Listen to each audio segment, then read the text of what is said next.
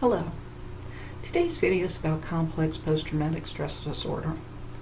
People who develop complex post-traumatic stress disorder, also known as C-PTSD, were abused over a long period of time and experienced many traumas. This happens in situations like being a prisoner of war, hostage situation, and yes, even narcissistic abuse.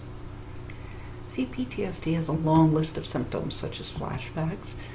They're a feeling of reliving traumatic events during which it's very hard to tell the memory from reality. Emotional flashbacks, where you experience all the emotions of a traumatic event without the feeling of reliving it. Intrusive thoughts. These thoughts are often bad memories that can't be controlled, or thoughts of being depressed or anxious. Anger, which can either be aimed at oneself with things like eating disorders, substance abuse, allowing yourself to be used and abused, or it can be aimed at others by becoming abusive and violent. Depression is a huge part of C-PTSD. It can even include suicidal thoughts. Anxiety is another part, even to the point of having panic or anxiety attacks, or agoraphobia, which is fear of leaving home. Avoiding social situations and places that remind you of traumatic events. Moodiness, often beyond the person's control. Trying to keep your mind busy constantly, like by watching a lot of TV or surfing the internet. Hypervigilance, which is an unhealthy, extreme awareness of surroundings and of other people out of fear of being hurt, either physically or emotionally. Low self-esteem and even self-hatred are common.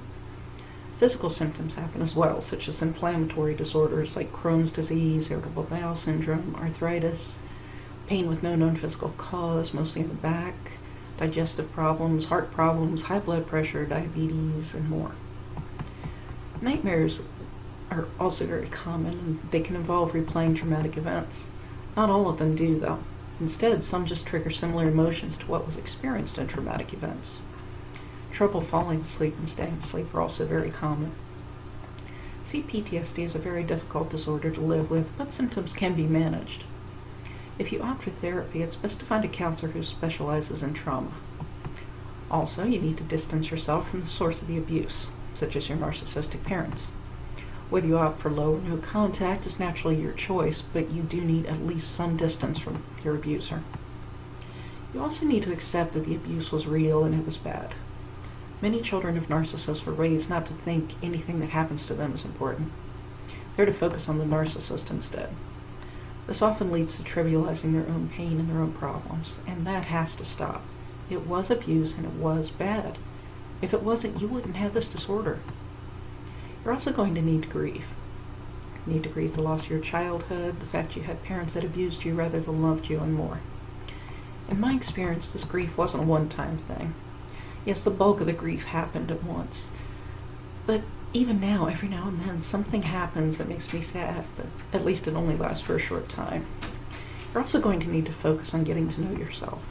And I mean the real you, not that person your narcissistic parents raised you to be. This can actually be pretty fun. Start trying things you never tried and see what you think of them, not caring what anybody else thinks about your opinions.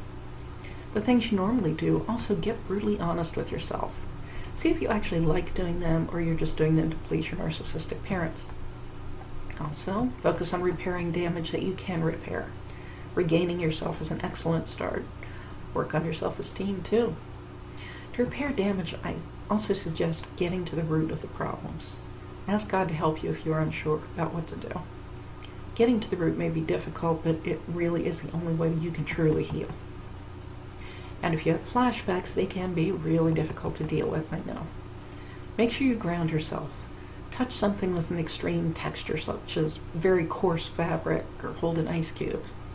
Maybe smell something with a very strong scent like lavender or a perfume or cologne.